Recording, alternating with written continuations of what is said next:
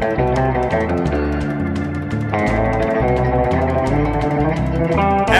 fellow football fans, and welcome back for another edition of the Far Out Football Podcast, brought to you by PTE Creative. As always, I am your host, Evan Davies. Thank you so much for joining me. On today's docket, we're going to be doing a little bit more of a deep dive into what Davante Adams could mean for the Jets offense, plus our picks for this week. Who knows how long this show is going to be? Might be a little bit shorter, but nonetheless, we got a fun show for you, so let's jump in right now. So we're going straight into our deep dive with Davante Adams going to the Jets. If you did not see the news, which I don't know how, if you're watching or listening to a podcast like this, that you couldn't, but just in case you didn't, he was traded from the Las Vegas Raiders over to the Jets for a conditional third-round pick, meaning if he hits certain thresholds, which are extremely high, that pick could turn into a second-round pick. So they can't trade further with the second or third pick, because with their second round pick or third round pick, because that is now currently tied up with the Davante Adams trade.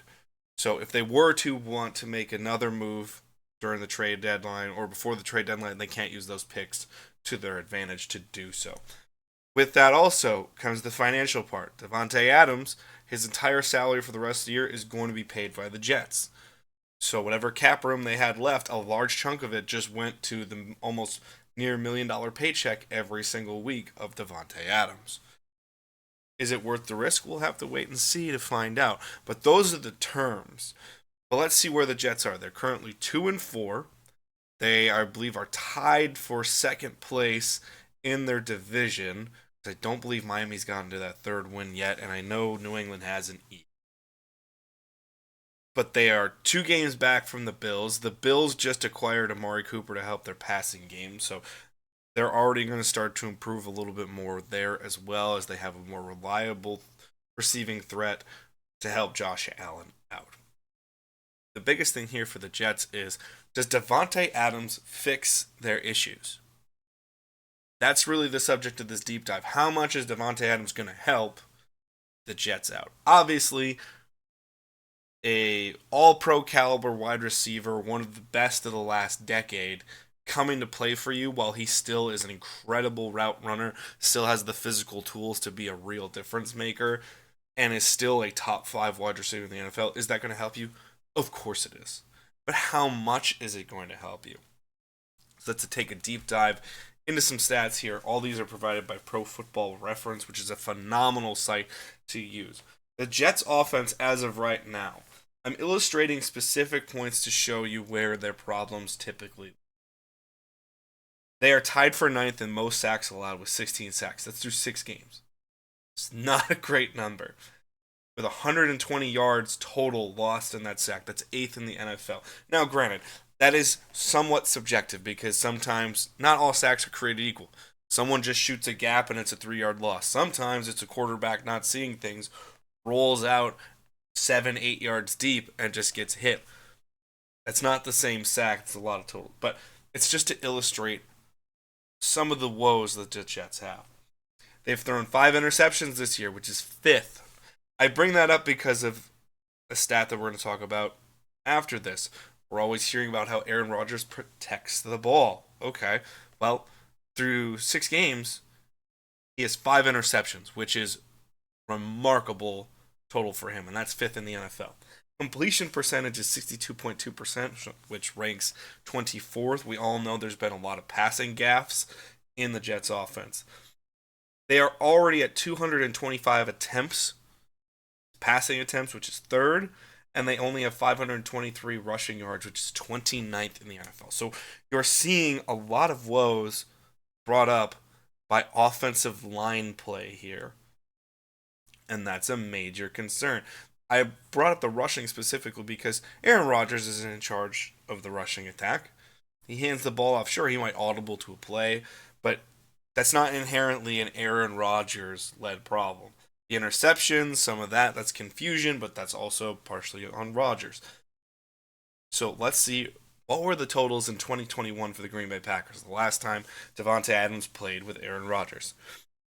39 touchdown passes, which ranked 4th in the NFL. That team let up 33 sacks, which was tied for 20th, and there was a 3-team tie there. So they could be as low as the 22nd team in sacks allowed. So the Jets are currently in the top third, and they're just on the threshold of the top 25% of the league in sacks allowed. Well, Green Bay is in the bottom third, and they're going towards the bottom fourth almost in that total to show you the offensive line play caliber. 211 yards lost to sacks, which was 27th in the league. So they are in the bottom 25% of yards lost due to sacks. Again, great offensive line play helped there. Whereas we're over halfway there with the Jets, and they've only played 6 games. And this Green Bay total, they played playoff games that year. That's an inflated total of games, and still we're almost already halfway there with the Jets. Let's go to interceptions. Tied for 30th, which was dead last, by the way, because it's a 3-team tie for the last one. 7 interceptions in 2021. I understand, he was playing MVP level football. The second one of that was far more of, no one really grabbing the bull by the horns and taking the MVP. So Aaron won that one kind of deep into the season. Nonetheless, though, it shows the quality of play and care that Aaron had during that time, in which he's too short of his entire 2021 season. And before anyone gets crazy, that's usually where he is. He's around that 6 to 8 mark. He doesn't have a lot of seasons where he goes above that. There's one season he throws 2 interceptions. Aaron Rodgers is a coach's wet dream when it comes to taking care of the football. Now, 593 passing attempts, that was tied for 15th, so we're about league average. So we are already roughly, 40% of the way to those passing attempts, showing that they're down in distance a lot. They can't use that rushing attack to their advantage. And then let's look at this. 1,900 total rushing yards, which was 18th. So right about league average, a little bit underneath it. We're seeing that one's a closer statistic. We were seeing a Green Bay passing attack that was very much in the hands of Aaron Rodgers. That's why it's important to compare statistics, but not allow statistics to just do all the work for you. It just helps paint the picture. That's the way statistics should be used. Now let's look at Davante Adams specifically in this target share. In 2021, the last time Davante Adams played with Aaron Rodgers, he was targeted 169 times. That is plus 104 to the second member of the team in targets. By the way, the second member of the team, Allen Lazard, also on the Jets. He had 123 receptions. That is 71 more than the second player on the team. 11 touchdowns. That's plus 3 to the second player on the team. Let's go further. 7.7 reception average per game. That is plus 4.2 receptions to the next player. 72.8 catch percentage. So when targeted, 72.8% of the time, Davante Adams caught the ball, which is still a very high average. And that is 5th on the team there. However, that is due to statistical analysis. I believe there's 1 or 2 guys that are in the 90. I know there's, for a fact, one member of that team that's 100%, but he had like 1 target or 2 targets. So that's not really doing much. In terms of the target share, that's a huge catch percentage number. The best on the team with multiple targets this year for the Jets is 76.5%, and that's to Breece Hall, which is a lot of checkdowns and things of that nature. He is the only member of the Jets team with a catch percentage on his targets that's above 70%. Allen Lazard is second on the Jets currently right now with 65%. The second best player on your team catches 6 to 7 out of every 10 passes that you throw him. That's not inherently where you want to be. You want to go up. 65% is not inherently bad.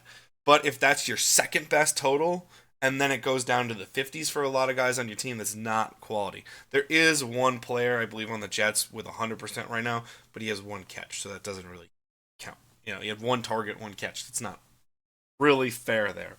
Okay? So What Davante Adams is going to bring is this: attention and eyeballs from Aaron Rodgers. He's going to immediately trust Davante Adams. I swear to you, this is what's going to happen. Let's see. I'm just going to look at my rundown quick of who are they playing this week.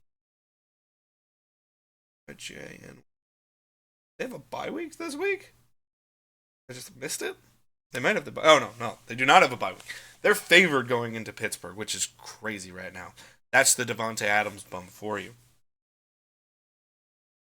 With the Jets, I am almost guaranteeing 15-plus targets for Davante Adams.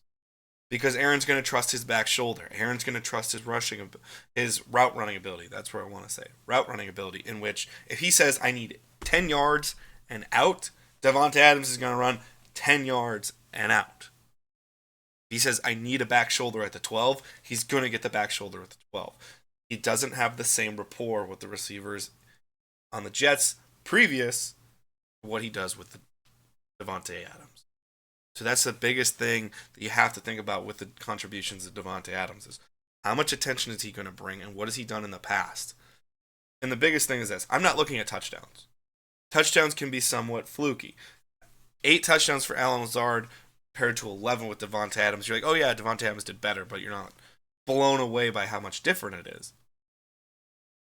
But you look at the amount of receptions and the amount of targets, it's abundantly clear that in Green Bay, Aaron Rodgers went, I'm going to Davante, and if I can't go to Davante, I immediately go to the escape route. Because Davante is always his number one target. He's always the focus for Aaron Rodgers. So that's why you got to look at things like this nature to really paint the picture of what happens. 169 targets in 2021 between those two. You don't think he's going to get 100 targets? Bullshit.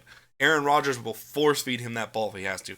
Plus, you can tell, look at the downfield pass that ended in interception against Buffalo on Monday night. Look at some of the other Aaron throws that he's made just trying to make something happen. If he doesn't know what to do, he's just going to throw the ball to Davante Adams. Because he doesn't have the trust and respect. He doesn't have the trust and he doesn't inherently respect a lot of the Jets receivers to be where they want to be or where he wants them to be more specific. And that's the biggest tool. So that's how Davante Adams is really going to affect the Jets. He's going to take the majority of the target share and he's going to get the majority of the receptions. Hopefully, for the Jets, this is going to open up the ability for Garrett Wilson to get one-on-one coverage at all times because Davante Adams is going to take the bracket coverage or the double team. Therefore, Garrett Wilson's always working against the second or third best DB, not the first, which is really going to open him up to a lot of success. But we will have to wait and see on that.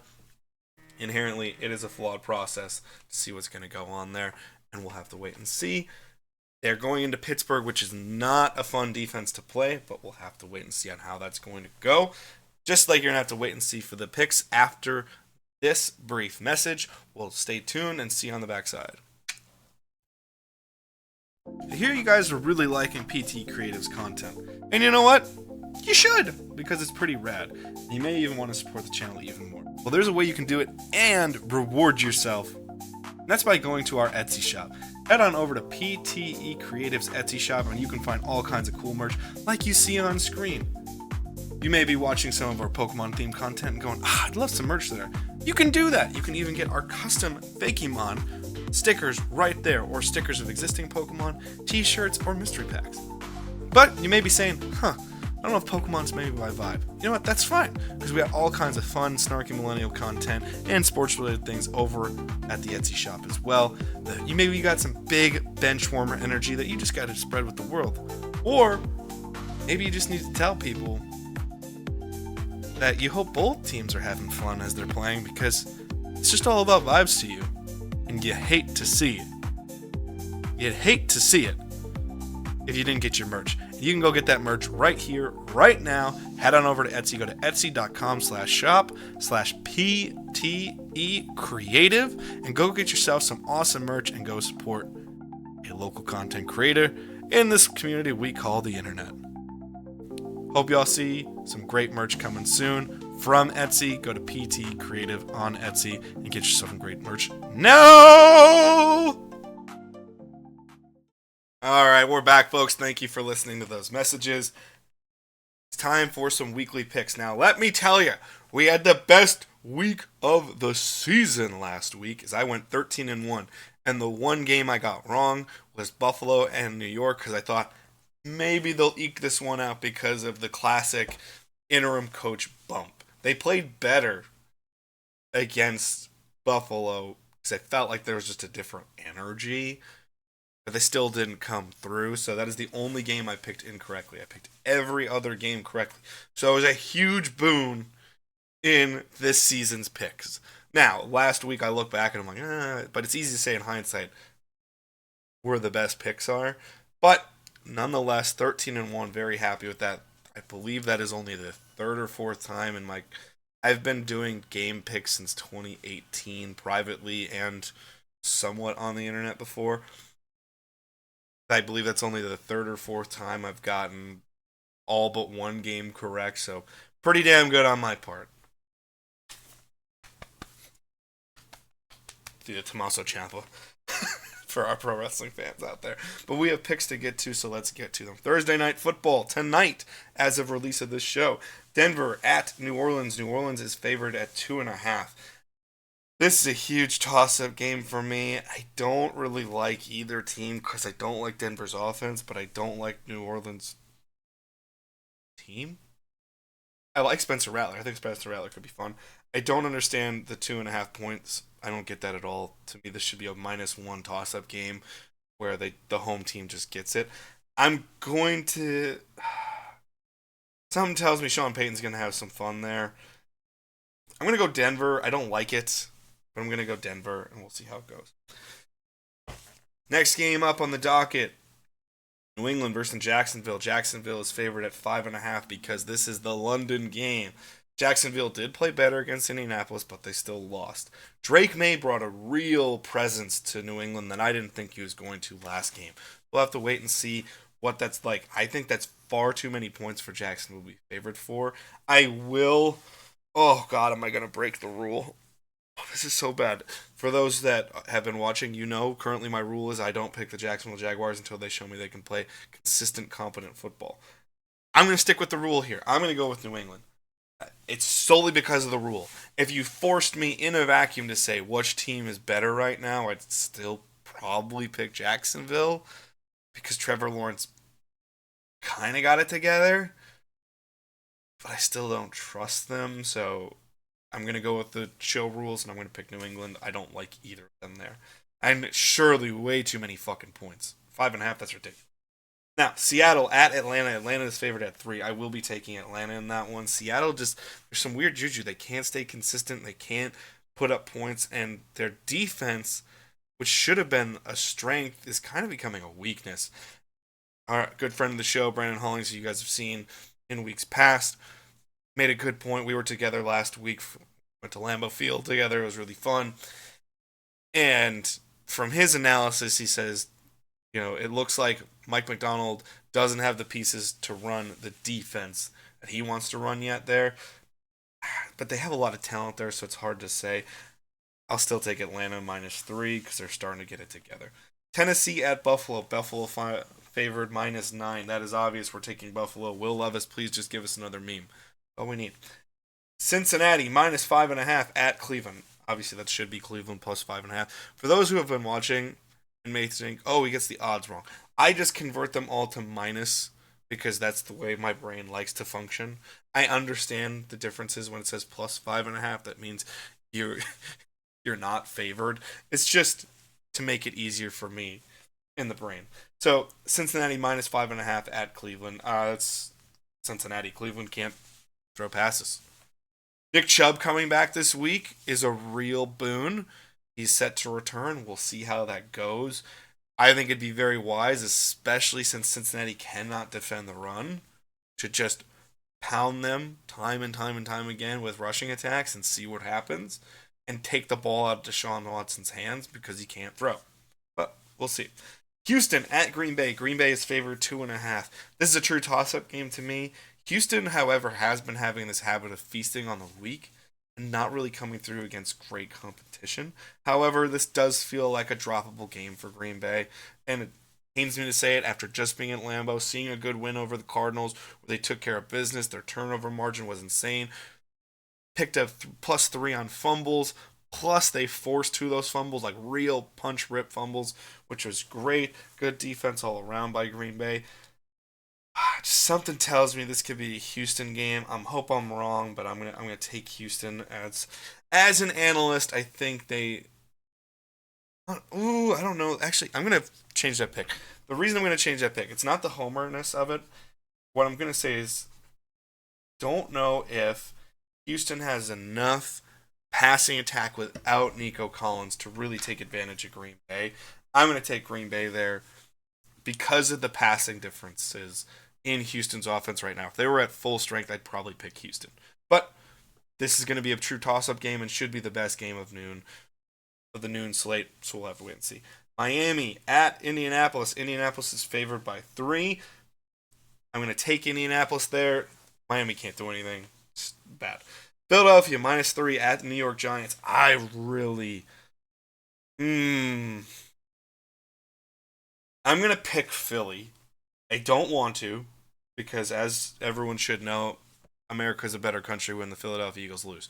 But the New York Giants defense played incredibly well against Cincinnati, and they still don't have a lot of their starters. The Giants defense is for real. Okay?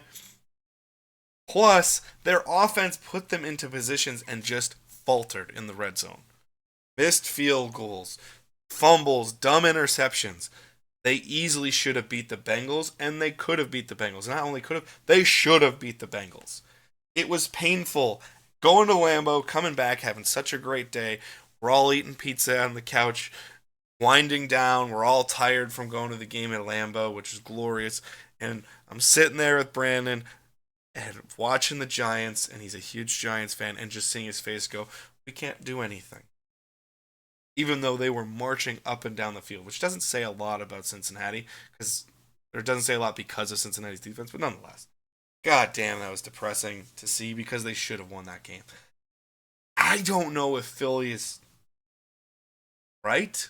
I did just see the quote from Sal Palantonio that if Sirianni loses, they're going to fire him. I don't know if that's real or just Philadelphia conjecture.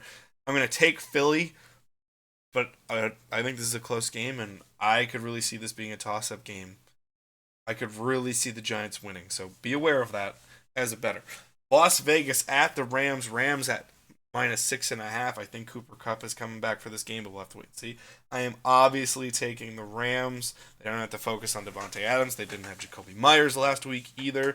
Max Crosby randomly pushing a coach. I'm not making a lot about that, but it kind of shows the vibes there for the Raiders. I'm gonna go Los Angeles Rams easily. Carolina at Washington. Washington favored by 8. It's Washington. Let's just move on. Kansas City at San Francisco. San Francisco is favored by 1.5. I do not understand that favoring, but that's as close as you can get to home team. We were going to favor you. I am still going to pick Kansas City. I think this could be Kansas City's first loss. It'd be logical that it'd be their first loss. I'm going to take Kansas City, though, because I'm not betting against Patrick Mahomes when Brock Purdy has not inherently played great lately. Plus, on top of that, San Francisco's defense is not what it used to be. They've dealt with a lot of injuries. We understand that. But this is not the San Francisco team that was unstoppable the last 3 years. This is a San Francisco team at the end of their rope where you can kind of see the fractures in their team a little bit. They're still great, but their record shows they're not all they could be. New York Jets going to Pittsburgh. Jets favored by 1.5. I'm taking. I think they're starting Russell Wilson, or they could play Russell Wilson, which I don't trust. I'm going to go with the Jets here. I think they're going to get that boost from Davante Adams. I think it's still going to be a low-scoring game. I don't think it's going to be exciting. If Justin Fields were to play, I think that opens up enough rushing lanes to really challenge that Jets defense. But we'll have to wait and see. If they play Russell Wilson, I think Pittsburgh's really going to go down the tubes, which is what I predicted in the preseason when it seemed like it was going to be Russell Wilson as their starter. Baltimore, -3.5 at Tampa Bay. I am going to take Baltimore. That's a tough one. I think that could this could be a sneaky game where the secondary for Baltimore, outside of a few weeks, has been kind of shaky, and I could see Mike Evans and Chris Godwin really taking advantage of that downfield. If Baker's feeling dangerous, we'll have to wait and see, but that could be a thing. But I don't know if Tampa can really stop that two-headed monster of Derrick Henry and Lamar Jackson, so I'm going to take Baltimore. I'd stay away from points, though. And then our final game, our second doubleheader game of Monday night, the Chargers minus 2.5 at Arizona. I am going to be taking the Chargers here. Arizona just couldn't put it together. It sucked. Marvin Harrison Jr. went down with a concussion very quickly in that game against Green Bay last week. They moved the ball twice. They just kept shooting themselves in the foot. And for a team that was the least penalized in the league, they had so many penalties last week that they couldn't get out of their own way. And they don't have a great run-stopping defense. They don't have a great defense in general, but they really don't have a good run-stopping defense. And that's what the Chargers do well right now. Easy, I'm taking the Chargers at 2.5. But that is all of our picks for this week, and that is our show. I know it was a little bit shorter today, but what we can do for it to make sure that you guys have a great day. If you want to stay in touch on socials, check out the rest of our content. We have 3 weekly podcasts, plus some new stuff coming out, which is going to be a lot of fun. Wednesdays, as always, you're going to get that Pokemon. But more importantly than anything, enjoy your day. Enjoy yourself, man. Love yourself. We just had Mental Health Awareness Day, or World Mental Health Awareness Day. It's important. I myself have struggled with it recently. So it's important. Go love yourself. Take care of yourself. And enjoy your day. And hopefully you have a great football weekend starting this Thursday night. Peace, love, and hugs to you all. Bye!